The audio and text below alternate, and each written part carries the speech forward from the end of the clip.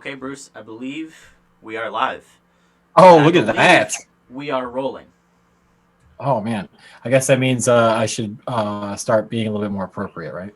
I mean, maybe if you want to. If I want to. In the All right. Well, end, first of all, it's up to you. fair. So first of all, guys, welcome to another Third Down Thursday. Yes, sir. We got a great show. We got some good stuff to talk to you guys about today. Some fun, some craziness. In addition to that, I have some news. I'm currently in quarantine. Um, yeah, unfortunately, one of my coworkers contracted COVID-19. I feel fine. I worked out today. I worked from home. I am finishing up a adult beverage right now, or an adult beverage right now. As always. Hey, I last week I did not have a single thing to drink except for Sprite. That is true. Unfortunately, I ran out of Sprite. That is very sad. So now we're back to now we're back to the other thing that that we do well, that I do well, and that's consume beverages. Yes, I'm very proud of you, Bruce. Oh, thanks. So I'll let you start it off. How do you feel, MJ, about what happened in the World Series? Okay, there's two different things, right? Number one, it's fantastic that Major League Baseball is able to pull off a 60-game season. They were able to pull off everything in the COVID world, playoffs, World Series. It happened without Major League Baseball falling apart, which, I mean, we talked a long time ago. I don't think either of us actually believed that Major League Baseball would be able to pull it out. So with that, it's fantastic. Two best teams were in the World Series, as much as it pains me to say it. The two best teams were in the World Series. We got the matchup that we wanted. It was extremely exciting. We saw Randy Arozarena, who's a blossoming star, do his thing on the world's biggest stage and set records upon records. All of that was fantastic until 5 minutes after the game was over, when we learned that Justin Turner was pulled because of COVID. He tested positive for COVID-19. You're jumping right away into that. Yes, I am. No. Hold on. I'm gonna interrupt. I'm gonna interrupt. Hold on. I want to talk about Cash's decision to pull Snell after what, 5 1/3? Yeah. It was 5 1/3, right? Yep. So he pulls Snell at 5 1/3 after 73 pitches because he didn't want him going through the lineup for a third time. So okay, so I want your thoughts on that though, because So I will say I tweeted it out. A few people liked it. A few people were very interested in it. Analytics do have their place in all sports. 100%. I've looked at them. I like numbers. The numbers are great. I work with somebody that I coach with. I'm sorry, that loves numbers, and I understand that too. And they do have their place. However, I'm also kind of that like weird old school, like old man type person that wants to be like, you know what? In my gut, in my heart of hearts, I believe that Snell should not have been pulled at all. Sometimes you have to coach with the old school mentality, that Tony La Russa mentality. Save it, Bruce. little jab there. You gotta have that Tony La Russa mentality and just go with what your gut says. And honestly, the whole sports world, regardless if you played baseball or not, was like, what the hell are you doing? What is going on? What are you doing? And the fact that Fox zoomed in on his reaction, and he's like, oh, yeah. Yep. I love that. I honestly like, and he should have that reaction because there's no reason why that Cash, and I'm gonna say instead of Cash, I'm gonna say Sense, should have came out there to make that decision. That was not a Cash move. That was a Sense move, and he had no sense in bringing him out of that game. Ooh, that was a little Stephen A. Smith right there. Coming with the heat. Okay, so I have a couple things right away. Number one, people talk about the analytics, right? So the third time through the order, I don't remember the exact numbers, but roughly the second time through the order, Blake Snell's OPS allowed, which is kind of the determining factor of when you want to pull a player. When does their OPS allowed start getting really bad? His OPS allowed, I want to say the second time through the order is something like 719, which is serviceable. It's not like the 540 I want to say his first time through the order is. But then you look at the third time through the order, it's like 741 compared to 719. That is not enough of a difference. Like, I have no problem with analytics. They definitely have their place. The Dodgers and Rays are two of the biggest analytical teams in baseball. That's part of the reason they got here. That's part of the reason they got to the World Series, right? But the thing to me is, when there's not enough of an analytical difference, that's point number one. Point number two. Bruce, you can speak to this as well, because you've coached, you've played. When you're in a big moment like that, Blake Snell doesn't feel pain. Blake Snell doesn't feel tired, okay? When somebody is dealing like that, we've seen incredible performances on shorter rest from guys like Madison Bumgarner, Charlie Morton. Those are the ones in my recent memory. I'm sure you can speak to other guys with World Series playoff performances like that just defy the odds. They're chilling, dude. The bloody sock. Exactly. That happens on the world's biggest stage because they're the best baseball players, and when it comes down to it, they sacrifice a little bit of pain to go out and win the game. He gave up one hit. One hit, and he was getting... It was his second hit allowed in the entire game. I can't. In a normal season, you don't pull Blake Snell. Like, in a normal regular season game, you don't pull him there. And any coach, any manager knows that you... And Joe Madden said this for the Cubs. You're saying that you don't over analyze the moment. I can't remember his exact. Basically, it was just like don't make the moment. You're not too big for the moment. Don't be too big for the moment's not big. Whatever. You know what I'm saying? Yeah. And I don't know. It amazed me. So what brings me to my next point, though, is there was a very good chance that the Rays pull that game out if Blake Snell stays in that game. Yeah. If there's a game 7 now leading into what you were originally talking about. I have one more point, though. Oh, fair. I'm sorry. My last point is, I understand the analytics if you really want to go there behind pulling Blake Snell, but then Kevin Cash has the audacity to put in the Rays' statistically worst reliever in the entire postseason. He had allowed a MLB record 7 straight appearances in the postseason with a run allowed. I'm no stats major. Numbers are hard, but that seems like a bad person to put in. Numbers are very hard. In a very important situation. I don't know. Maybe I wouldn't put him in. I don't care what he's done the entire season. I care what he's done in recent memory. Why do you think Dave Roberts was so hesitant to bring in Kenley Jansen? Because he sucked in the postseason. Doesn't matter what Kenley Jansen has done his entire career or in the season. Not playing well. He's not playing well. You don't bring him in. And what exactly? It's what have you done for me lately? And what Nick Anderson had done for them lately is suck. He is a fantastic pitcher. He's one of the best relievers in the game. But for the last 7 games, he'd been really bad. So you pull the best pitcher on planet Earth at the time to put in one of the worst pitchers on planet Earth. And I'm not even a Rays fan. Like, and it just pisses me off. Like, why would you do that? Why would you do that? Oh man, I don't know if you were looking at Twitter when that happened, Bruce, but the overwhelming uproar. Oh yeah. Baseball Twitter, football Twitter, basketball Twitter, like everyone, people who don't even know baseball are like, that seemed weird. Like, why would you do that? So I'm sorry, I was wrong. Blake Snell gave up 2 hits. Two hits. That was his second hit of the game. Yeah. So my apologies. My bad. No, but he gave up 1 hit earlier in the game, and then he gives up 1 hit in the 5th inning, and Kevin Cash is like, nope, got to go to the bull. What? Right. So side note real quick. I actually was looking at in-game parlays for this game. If the Rays were up 1-0 in the 2nd inning, and if who was it? Was it Cody? No, it wasn't Cody. Mookie Betts. No, it wasn't Mookie Betts. It was who did I have? Oh, it was Cody. Yeah, it was Cody Bellinger.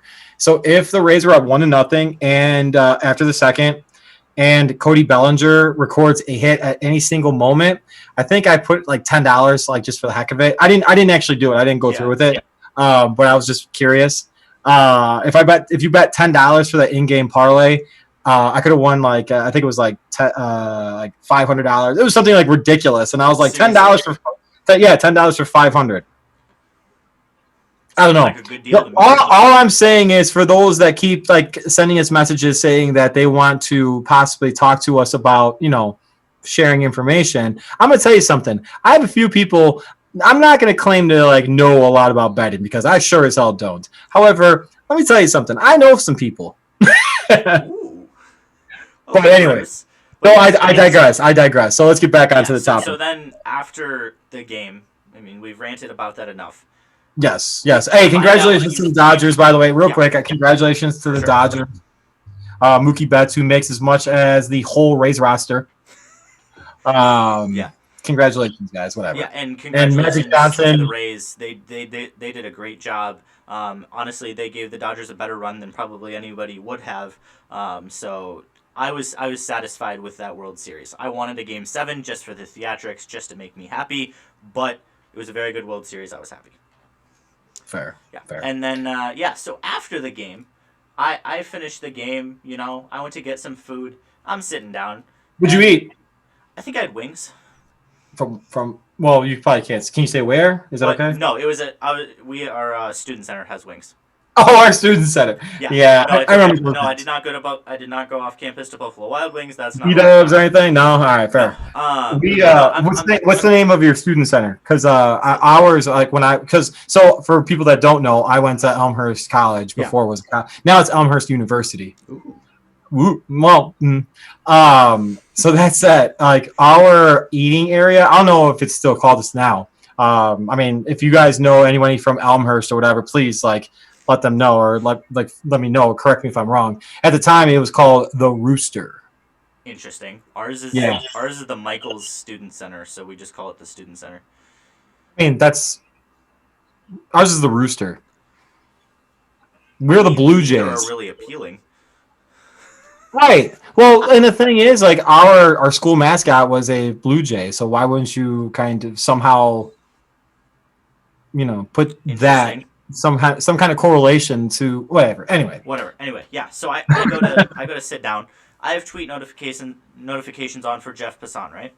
Mm-hmm. And I get like a bunch of notifications right away, and I'm like, wow, the game is over. What is he tweeting about? And I go look. Justin Turner tests positive for COVID-19 in the middle of the game. Seventh inning, he got pulled. Sixth inning. Whatever. So here's the timeline. The day before, when was the last game? Was that? It was the day before. It was Tuesday. Yeah. So Monday, Justin Turner gets tested. It's an off day. Tests come back inconclusive. Turner gets tested on Tuesday, but they don't have the results before they play the game. So after an inconclusive test on Monday, they just decide to play Justin Turner. In the second inning, the lab comes back and says his test results from today, Tuesday, Game 6, came back positive. They don't pull Justin Turner until the sixth inning. So was that a clerical error, or was that the Dodgers just being screw you, MLB? They are investigating. So, honestly, it's not going to matter anyways because they won the World Series. No, but you can still punish them for next season, and you can. What do you do? Strip? Okay, cool. I mean, yeah, no, I get it. At the end of the day, you still won the World Series. Yeah, they still won the World Series, and it's not like, in no way should they. So, at first, I thought the Dodgers were doing something fishy, right? But then you watch after the game, Justin Turner comes out of isolation to go celebrate. Right. And Major League Baseball put him on blast yesterday and said, we tried our security, our health officials tried to keep him off the field, and they said something like he just showed a blatant disregard for CDC protocols or something like that, and which is true. He went onto the field, he kissed his wife without his mask on, he took his mask off to take pictures, sitting right next to older than Justin Turner manager Dave Roberts. I don't know how old he is, but he's not in his prime. He's not young. I mean, I guess you can argue it's a dumb argument, but some people might say, okay, he already exposed them at that point. He was around them all day. He was playing with them all day, which is true. But that doesn't mean you should continue to expose the friends and family of every other player that was also on the field that you are not around the rest of the time. Like, it's a bad look. Oh, and honestly, I agree with you. I do. Yeah. And well, in the incubation period for COVID is like 3 to 14 days. Yeah. So you don't know if. So I'm sure the test that came back previously, like on Monday, was negative. Yeah. And then the Tuesday test, because I think they do daily. Correct me if I'm wrong. Yeah, they do multiple daily. They do a Right, good one when they get to the field, and then once they're cleared from that, they go in and they do a longer, the deeper one. Yeah. That goes into the lab. Yeah. Got it. So I mean, hopefully, he wasn't in that contagious time frame during in which he was hanging out with his teammates and Yeah. His wife. And the best part, I don't even know if you heard the soundbite. One last thing to talk about. Sorry, guys, I know you want to hear Chicago stuff, but This is entertaining. But okay, and the one last thing, I don't know if you heard the soundbite of it, but the dumbass wants to talk about, I had a mask on. It's like, I don't know. Did you hear that sound clip? Like No. there was like a reporter that was asking him about it, and he's like, "No, I had a mask on." And then like the first thing I thought of was like, what?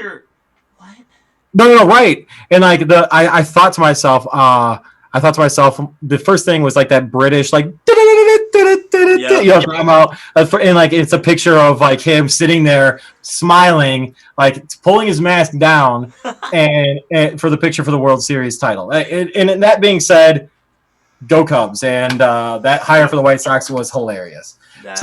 Anyway, I'll give my very short recap for the Packers because I don't have much to say. The Texans are really The Texans are really bad at football. The Packers beat them. They looked good. The Texans scored 1 touchdown at the end of the game.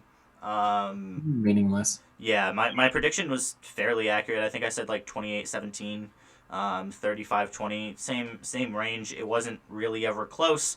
Aaron Rodgers looked great. Devontae Adams looked great. Even without Aaron Jones, we still destroyed the Texans. The Vikings secondary this weekend is absolutely depleted. All 4 of their cornerbacks did not practice on Wednesday, and 2 of their starting cornerbacks are not expected to play on Sunday.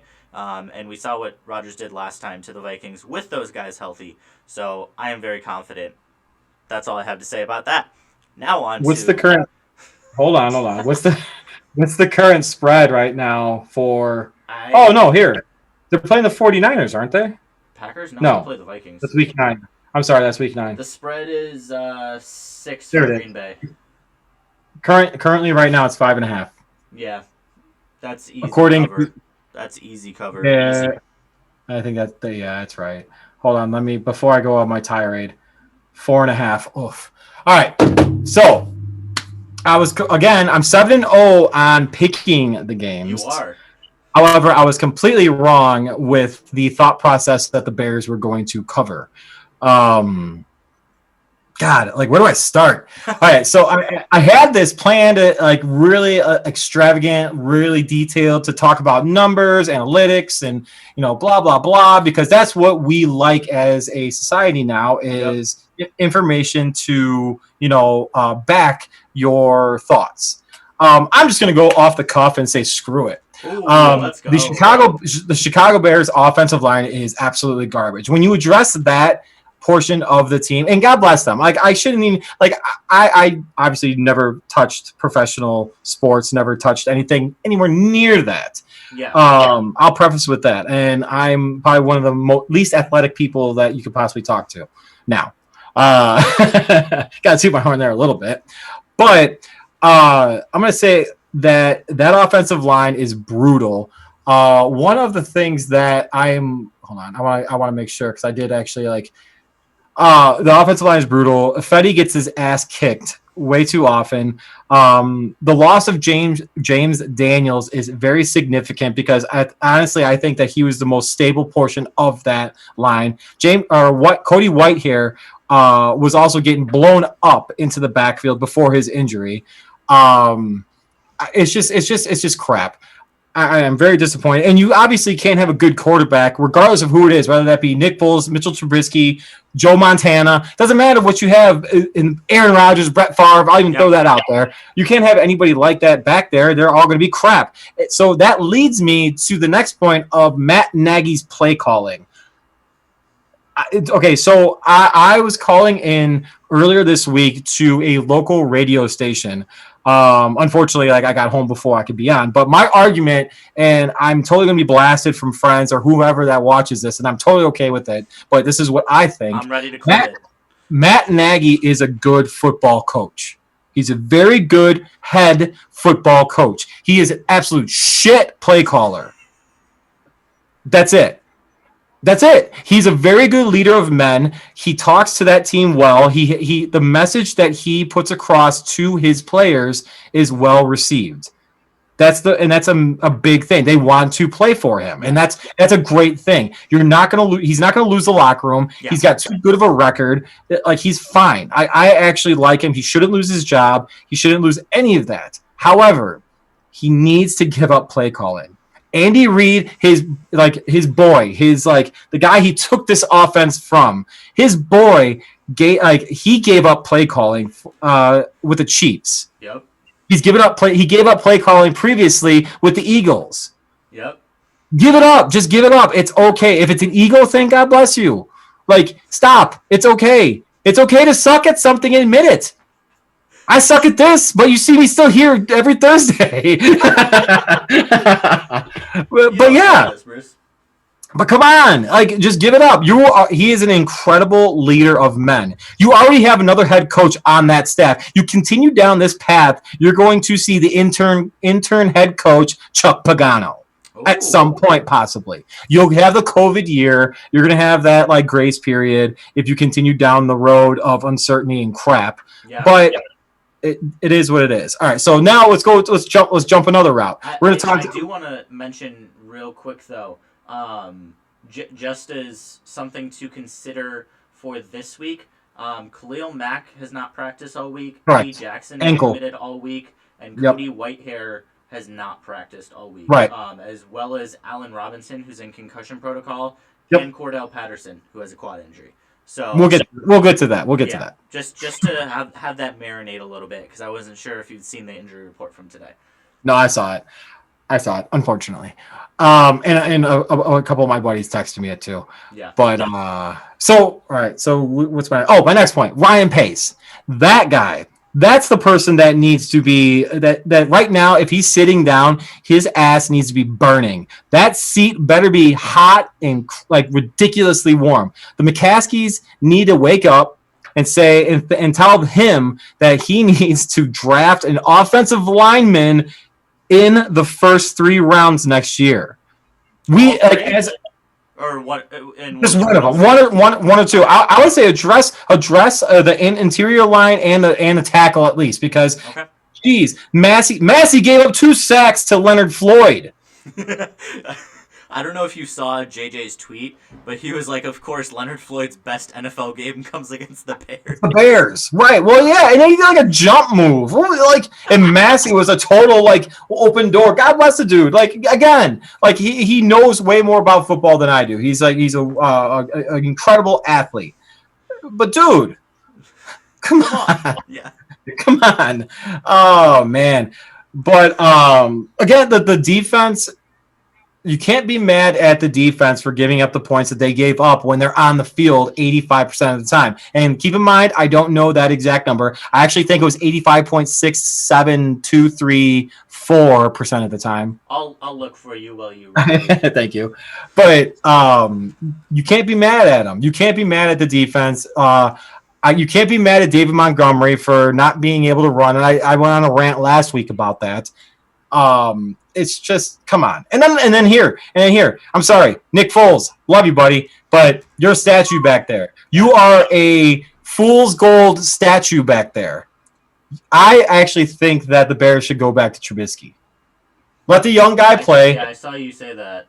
Let the young guy play. And I get it. I'm going to get a whole bunch of crap for this too. That's fine. But I'm looking at it from the perspective of if you can't protect the quarterback and you keep calling plays for Trubisky with a Nick Foles rollout pass to Mooney when he's bracket covered and it's a one read play and he's against his body threat. Like, what are you doing? His plays don't. All right, I'm going back on the Nagy tangent. Like, his plays don't build on each other. Yeah. You don't see a progression of I called this play, therefore I'm going to call this play. And that's the one thing as Bears fans, as anyone who knows anything about football, you need to do. You need to do it. Anyway. So time of possession was actually fairly even. The Rams were only on the field for 32 minutes. The Bears were on the field for 27 minutes of a 60-minute game, and they scored 3 points on offense. They had 14 first downs, 279 yards. Against the Rams defense, that's respectable. They had 2 turnovers. One of the things that I'm actually really disappointed about too, though, is how the Bears are some of the most penalized team in the NFL too. True. Akeem Hicks, and I think that dude's an absolute beast. He's a tank. He is a anchor to that defense. Yeah. And he's got to stop. He's got to stop getting penalties. Got to stop getting penalties. That's one of the things that it just always happens to save the good teams, right? Is they'll just get a key penalty here and there, and whether that's because they're selling it or whether it's because bad teams find a way to lose, whatever you want to say. I mean, when the announcers at the beginning of the game throw out the penalty and the turnover cliches, there's a reason cliches are true. There's a reason they exist, because for a long time they've been true. I mean, when you win the turnover battle and you win the penalty battle, most of the time you're going to win the game. Right. So it's true. It was. I mean, again, I say this a lot, but I'm a Packers fan, and it just was hard to watch. It was as a Bears fan, it was hard to watch. I appreciate good football, and I appreciate a good game, and it just wasn't close. I mean, the Rams were making the Bears look silly with their play action, very simple bootlegs that the Bears try and get destroyed. Again, using Cordell Patterson in ways that he should not be used, in situations that he should not be used. I mean, 3rd and 1, 4th and 1, whatever that was, they try to run some cute little sweep. You have David Montgomery, put a big man in front of David Montgomery, and run him through the frickin' line. You know what I find interesting too? That you don't see the Nagy plays anymore, like those cute, Santa's sleigh or any of that stuff anymore. And he has that thing of be you, and I don't think he's being you right now. Honestly, I think he lost confidence as a play caller. Yeah, and that leads me to my point of personnel. Interesting. They need to stop. In my opinion, they should stop with the multiple personnel changes, because there's the consistency behind that, shuffling players in and out all the time. I don't know. I don't like it. I don't like the fact that you have your third string freaking tight end in there and getting targets. Yeah. The first 2 possessions they had, Harris had 3 targets and 1 drop pass. Cordell Patterson had a handoff in that too. Why? Yeah. Go to Mooney, go to A-Rob, go to Cole Kmet. Let him play. Let the kid play. You drafted him in the second round. You invested a high amount, or a high draft pick in him. Let the kid play. I agree. Are you ready for Josh Woods? Yes, sir. I am. Let's roll. We're gonna let Josh in here.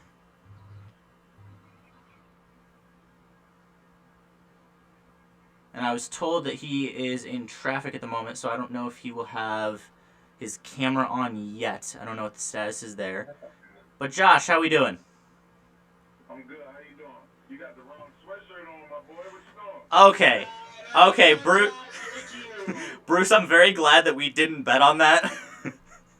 Josh, I would like to say, okay, I'm not. I grew up in Chicago. I'm from the suburbs of Chicago. So I have nothing against the Bears. The only time I actively root against the Bears is when they play the Packers. Yeah. Other than that, I mean, very good football. Yeah. Okay, so Josh, the dynamic we have here is I was Bruce's athlete. He coached me in baseball when I was in high school. He's a very Chicago homer. Bears, all of that good stuff. I like the Packers, and then we host a show together where we basically just yell at each other. So that's what you've walked into here. Okay. Well, thanks for having me. Absolutely. Let's see. Before we start grilling you, Josh, if you just want to introduce yourself, give us your background. Obviously, we know you play with the Bears right now, but give us your background. Tell us a little bit about yourself. Okay. Josh Woods, inside backer, number 55. Coming from Maryland, University of Maryland, go Terps. I played safety there. This is going into year 3 now. First year I was practice squad, so I guess technically year 2. And just excited to be in Chicago, honestly.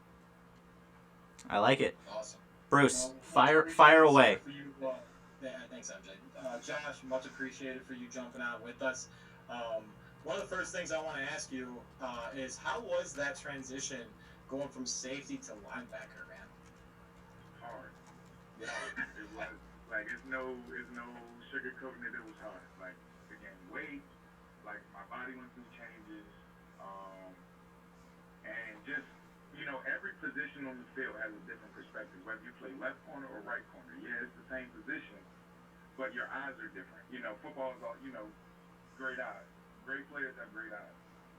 So it was really different coming from safety where I'm 12 yards back and everything's happening in front of me, to where right now I'm in the box count, because most times teams leave the safety out. So I'm in the box count, it's happening right now. It's linemen in front of me, routes behind me, like it was just really hard to adjust the eyes. But I've had some great linebackers. I've had the opportunity to play with some great linebackers and really learn a lot of tricks of the trade and some great coaches. So it's actually right now I'm very confident in the fact that I can go in there and make a lot of plays. Having Danny Trevathan and Roquan with you on that team probably helps as well, I'm sure. Yeah, absolutely. Just Danny with his knowledge of the game, and then Rose just instinct is really easy to learn from the two of them. So, Josh, something that we wanted to ask, and Bruce and I were kind of talking about this. Tell us about head coach Matt Nagy. From Bruce and I, what we've seen, he's a fantastic leader, and that's something we both love. From your perspective, being on the practice squad, now on the 53-man roster, talk to us about the kind of leader that Nagy is. Tell us a little bit about that. The culture that Coach Nagy has built is honestly probably one of the best coaches I've been on in a football organization. He just allows you to be yourself. He wants you to have fun. He encourages you to have swag out there. Like, I mean, we play music at practice. I dance all practice long. Like, we have fun. You know what I mean? Yeah. And whether it's good or bad, a practice or a game or whatever, you get the same person. So, in that regard, he gains all of the players' trust, I feel like, because you know what you're going to get. There's a consistency. There's a consistency there, right? Because, he's all about positive reinforcement. I mean, sure, we hold guys accountable and all of that, but, he doesn't dwell too much on the bad. He doesn't yell at you if whatever. Like, he takes responsibility for bad play calls the next day, and he lets you know when it was the great play call, like, hey, 5-5, I got something for you today in practice. Like, he'll let you know. It's just a lot of fun, you know what I mean? It's a competitive edge there, and we got a lot of competitors, so it's a great place to be.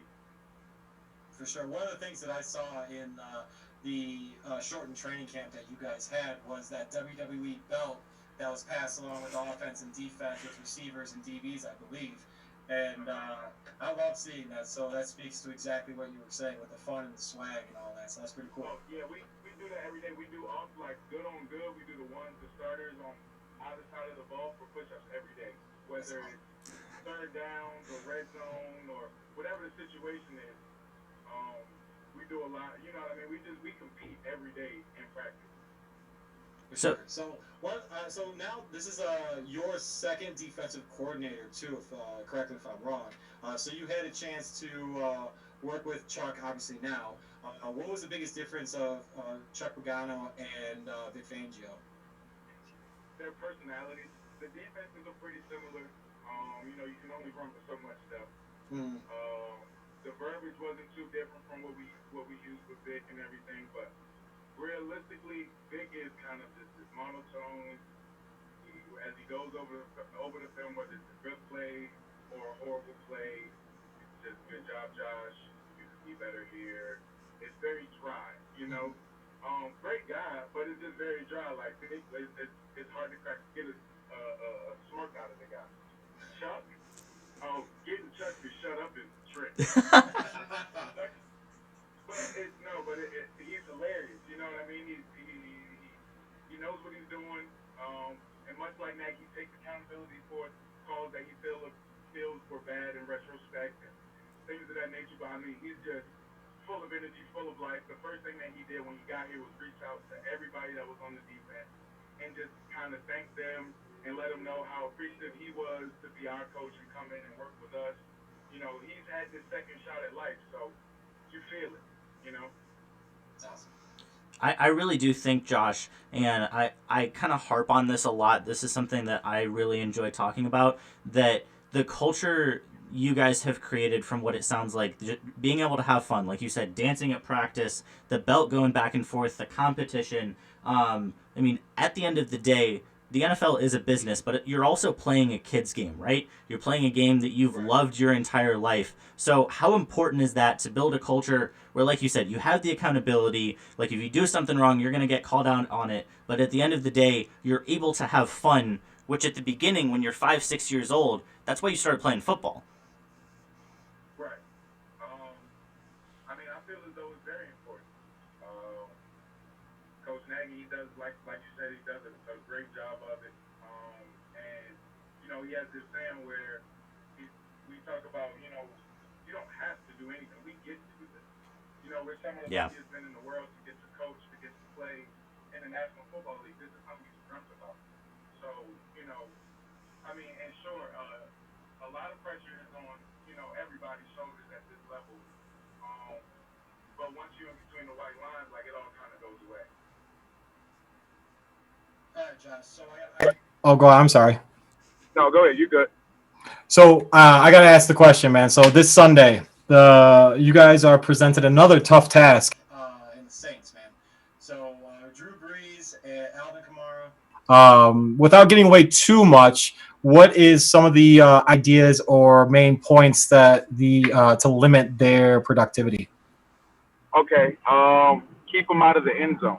Come on. Okay, you set yourself up for that one, Bruce. If they don't score, that's fair. They can't win. That's 100% accurate. All right, so I mean, I could be a jackass now and be like, "Hey, man, as long as our offense scores, we can win." True. That too.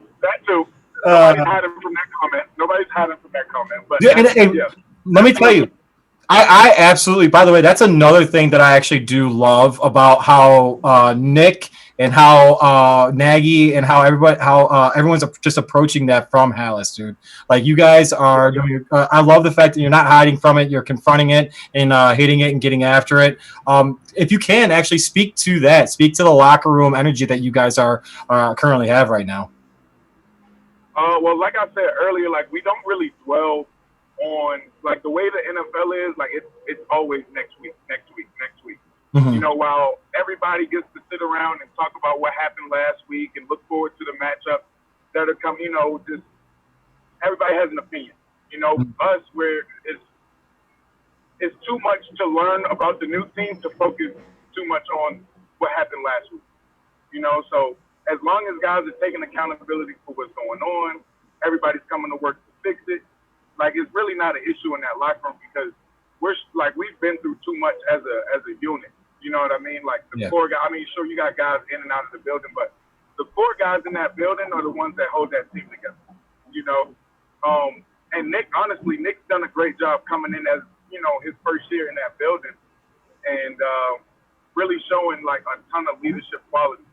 You know, even back in camp when Mitch was still QB1, we would have a period at the end of practice where the younger guys, we call it shape period, where the younger guys get like an extra period in practice where we get to run our plays rather than like carded defense or carded offense, And Nick broke us down one time and he was just like, look, like, don't take any of this for granted. I'm in year 9 and I'm still working on things, using this period to work on things and get better.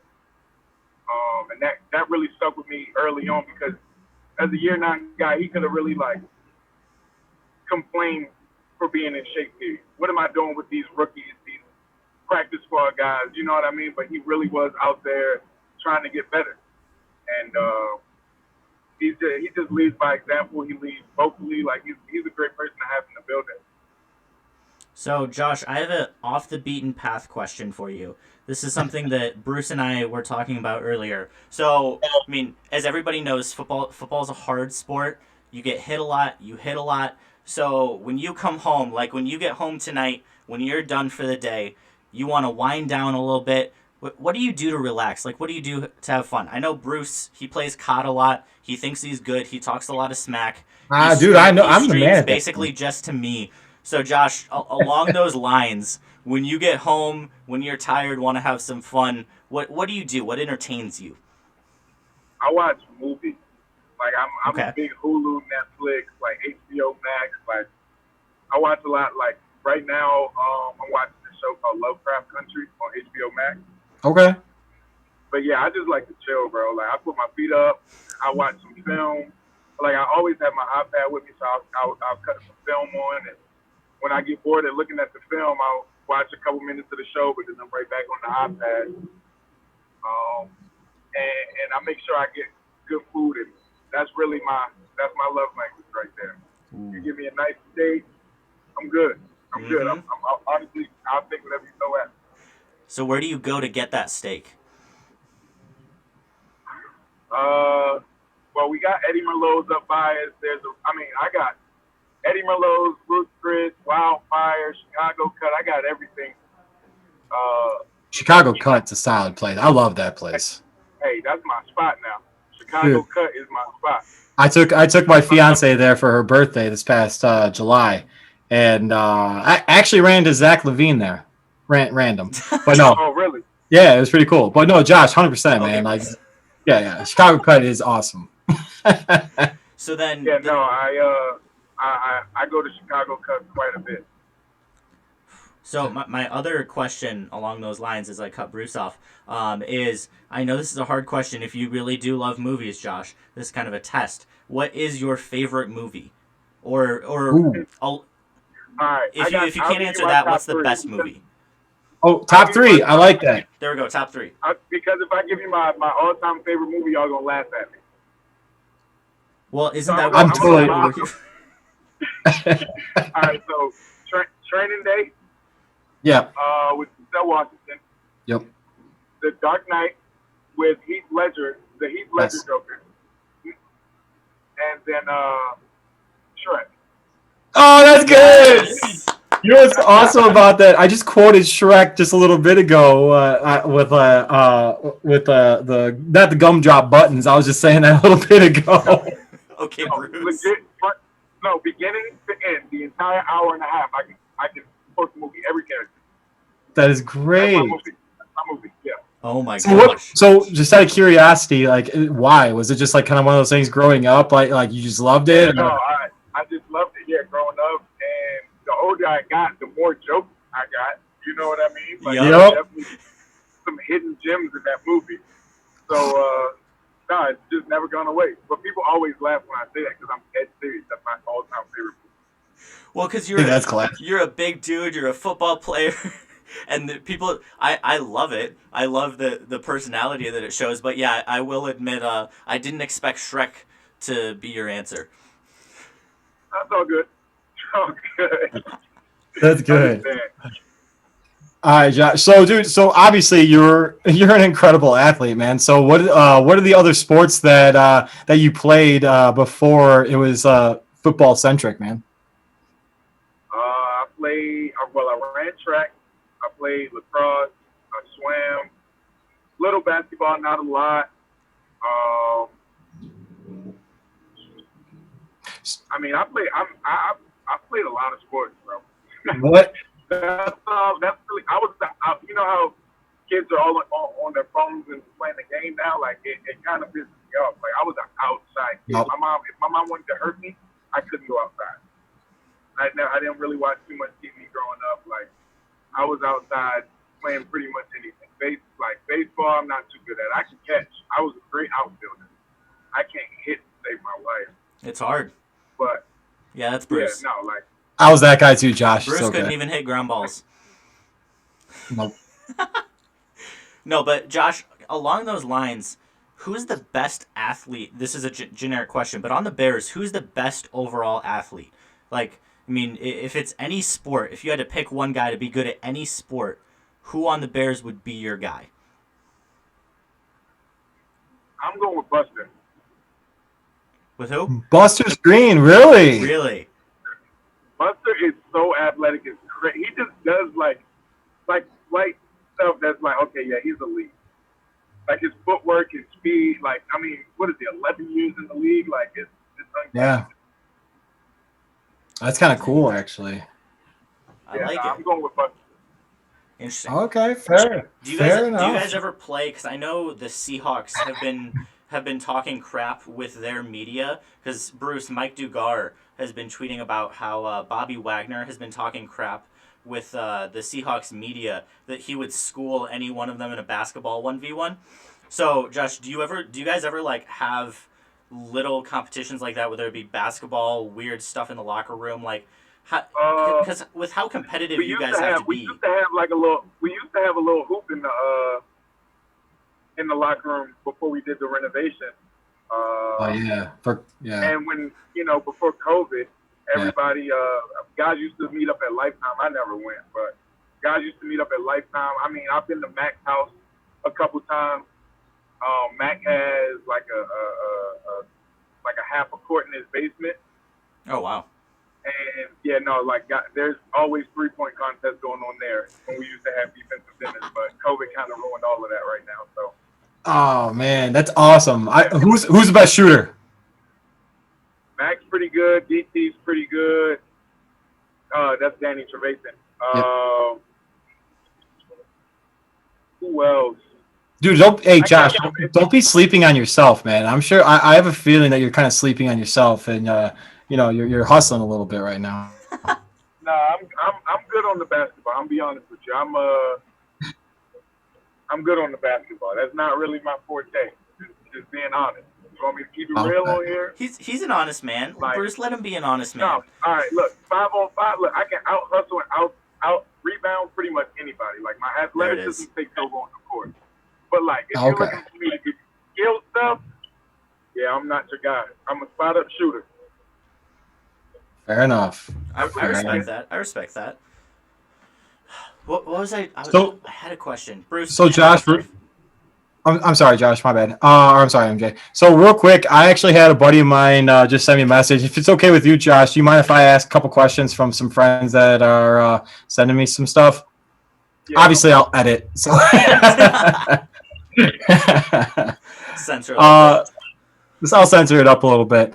So one of the things that somebody just like sent me a message on, is there any kind of not animosity, but is there any kind of thing going between the defense and offense at all? Or as you've already alluded to this, you guys look forward just to improve for the upcoming week.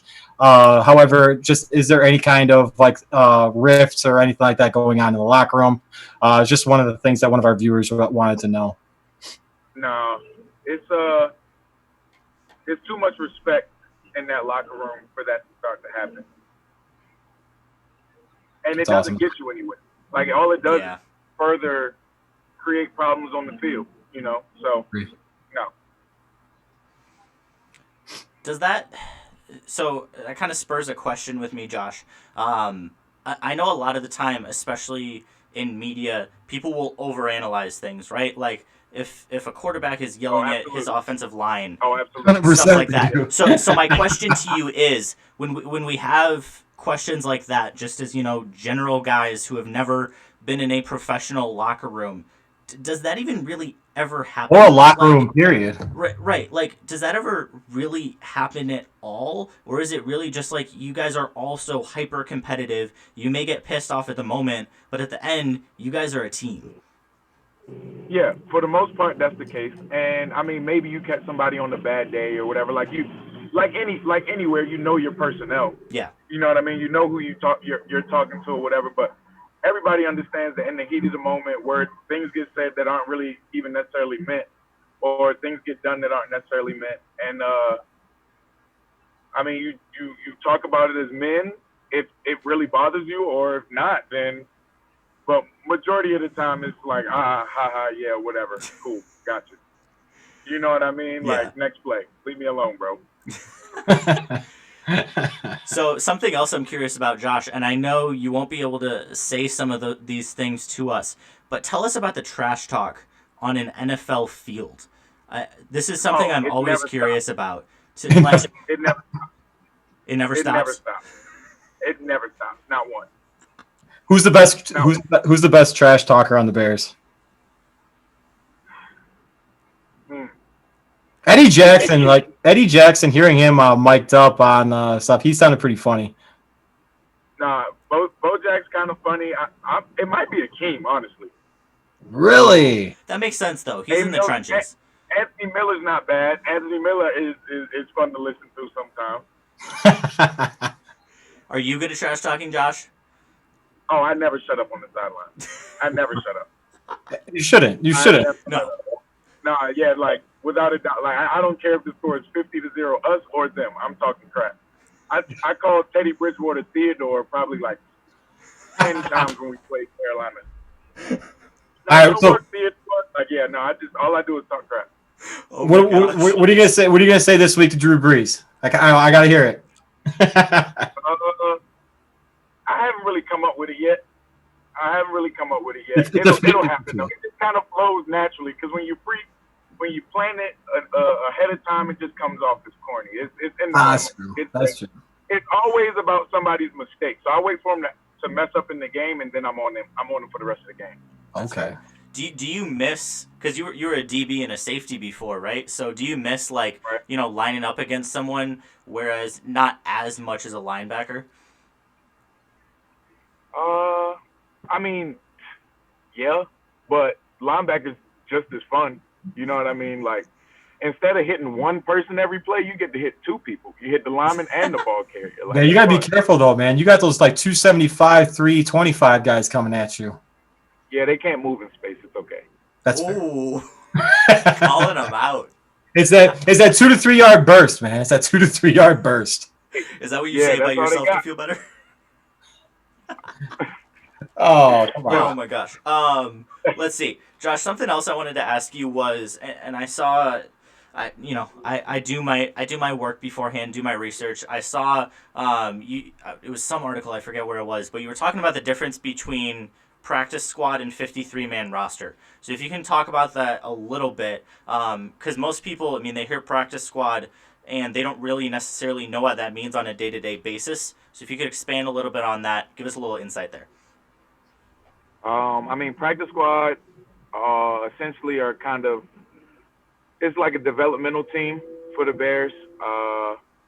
And it used to be 10. I think it's 16 now with like all the new rules and everything. Yeah.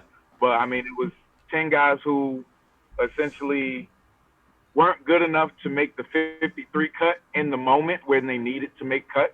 Yeah. But the organization wants to keep them around. So every week, you're lifting 3 times. You're practicing way more and working way hard. I won't say working harder, but in terms of rep count than anybody else, anybody on the 53-man roster, honestly. And you're getting paid the least. But you're still in the building. You still have a helmet. You still have a locker.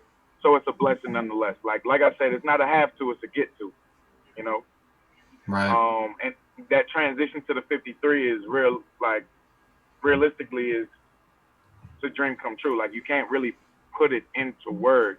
Like I said in that article, I know what article you're referring to. I was speechless. I didn't have anything to say. That's cool though. That's honestly, that's probably one of the more humbling, more and prideful moments I guess you could possibly have as a professional athlete, getting that call up kind of thing. So one of the things that I just received too, Josh, was a question about the lead up to games now. With the restrictions involved with COVID and everything, has there been a significant change to the lead up to games and practices? And if there are, what have been the obstacles that you guys have had to overcome with it? You just gotta be prepared for anything at this point. Like at any point in the day, they're just like, okay, we gotta shut the facility down. Like like Yeah. it just and everything goes remote to Zoom. Like you just gotta be able to maneuver and adapt. Yeah. Adapt is the word. Adapt's been the word that Nagy's been using since we were doing OTAs over Zoom.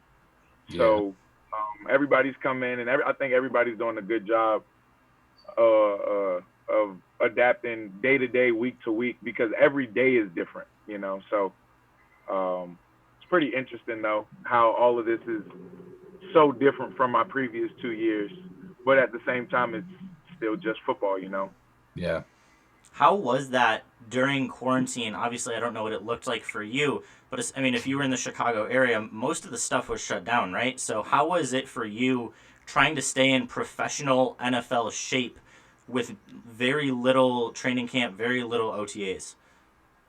I had access to a gym that was completely locked down for months, and I trained with the owner in preparation for Pro Day, and I let him know, like, bro, I can't do another push-up or sit-up in this house. And he was like, I wish you would have told me earlier. I'm in Florida. Here's the alarm to the gym. Go have fun. Nice. So I legitimately had about 4 months of an entire job. I'm talking like 15 racks. Oh my gosh. And like 50 yards of field. And it was one other linebacker who I've always trained with since leaving Maryland.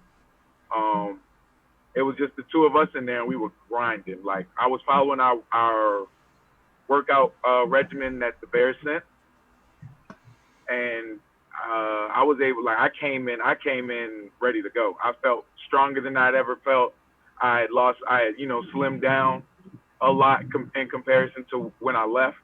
It was actually kind of like one of the better things for me, not being able to go anywhere, do anything, and just work out. Sure. I like it. Bruce, what else you got for Josh here? I'm okay, man. Like he's Josh. Honestly, it's been an absolute pleasure having you on, man. And go Bears, dude. Like I wish that you guys have been very successful this year, and congratulations on that 5-2 record right now. And I hope you guys keep busting your asses, which I know you will. And I'll say it for all Chicago Bear fans.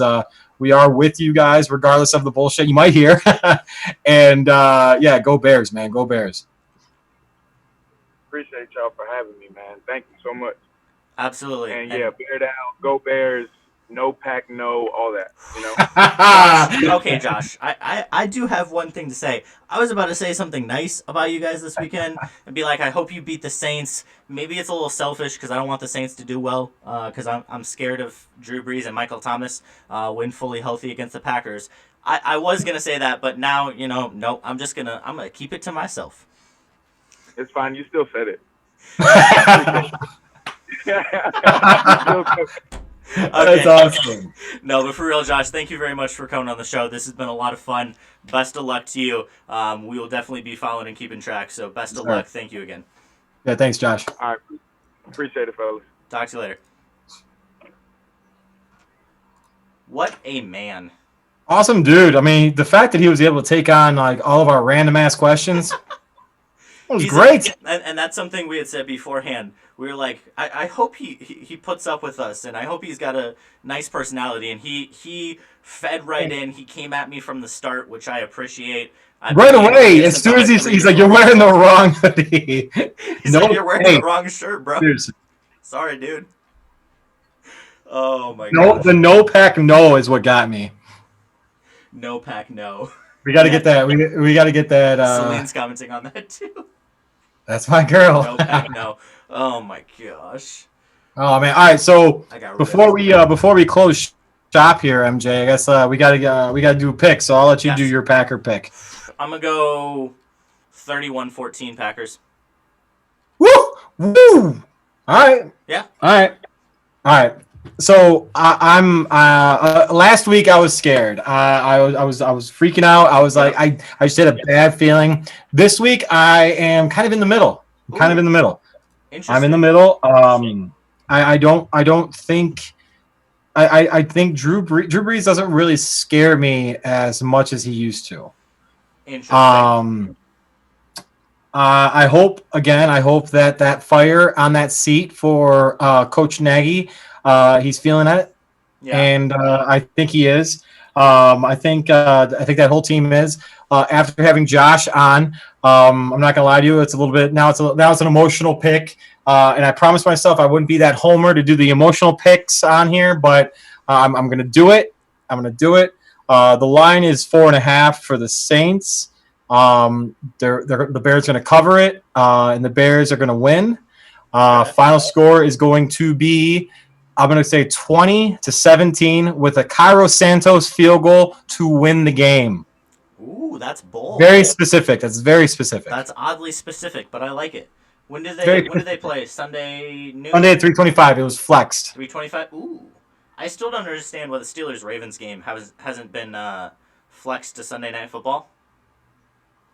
Me neither. Who's the Sunday night game, by the way? Eagles and Cowboys.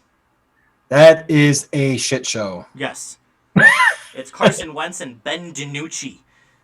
That boy Ben. Yeah. So this guy right here decided to think that Andy Dalton would be a good pickup in fantasy. You started Andy Dalton in fantasy? No. Oh, okay. No, I just pulled him off of the waivers just to kind of block whoever had Dak, and it totally backfired on me. So shit, whatever. Rest in peace to Bruce's fantasy team. No, my fantasy. Hey, they've been okay this year. They're kind of mediocre, middle of the pack. We're building. Yeah, it's a keeper leagues. We're building. Get into the playoffs, and then you can go on a little run. Exactly. Yeah. Oh, what up? I love bots. I got it. That's classic. Yeah, I got it taken care of. No worries. Oh, that's great. That's See, this is what happens when suddenly you have like an NFL player on your show. Yeah, it's okay. We got it taken care of. But in any case, though, MJ, great show. Absolutely. Great show today. Josh, appreciate you coming on, guys. Next week is the big one. That's that big fish. We've been trying. Not to say Josh wasn't a big fish. Let's be honest. He was like that good medium. Josh is a big fish. This is like this. This is like I'm fishing in Lake Michigan and I grab something in Lake Michigan. Whereas like next week with Jim, we're on the ocean. I'm in like Miami with a big ass like boat, a yacht, chilling with it connected to the side of the boat, and we got a whole crew. We got everything going on. Yes, sir. All right. Hey, another thing, guys. Hoodie. We got hoodies too. Let us know. We got some merch. We're doing big things, guys. We're doing big things. We got Jim McMahon next week. We got a new intro coming to you. Yep. Hopefully it'll be ready by next week. I'm telling you, like our little mom and pop bullshit's turning into something a lot bigger. Yeah, it's mom, pop, grandpa, and grandma too. mom. It's going from mom, pop to mom, pop, grandma, grandpa. Yep, we're building. Maybe next week we'll get the cousins in here too. That's honestly, that sounded so effed up. Okay, we're gonna end now. Hey, you're a Packer fan. That's what happens, bro. Excuse you, Bruce. Okay, before Bruce and I kill each other, we're gonna head out. Thank you guys. We'll talk to you later. Thanks, guys. Appreciate it.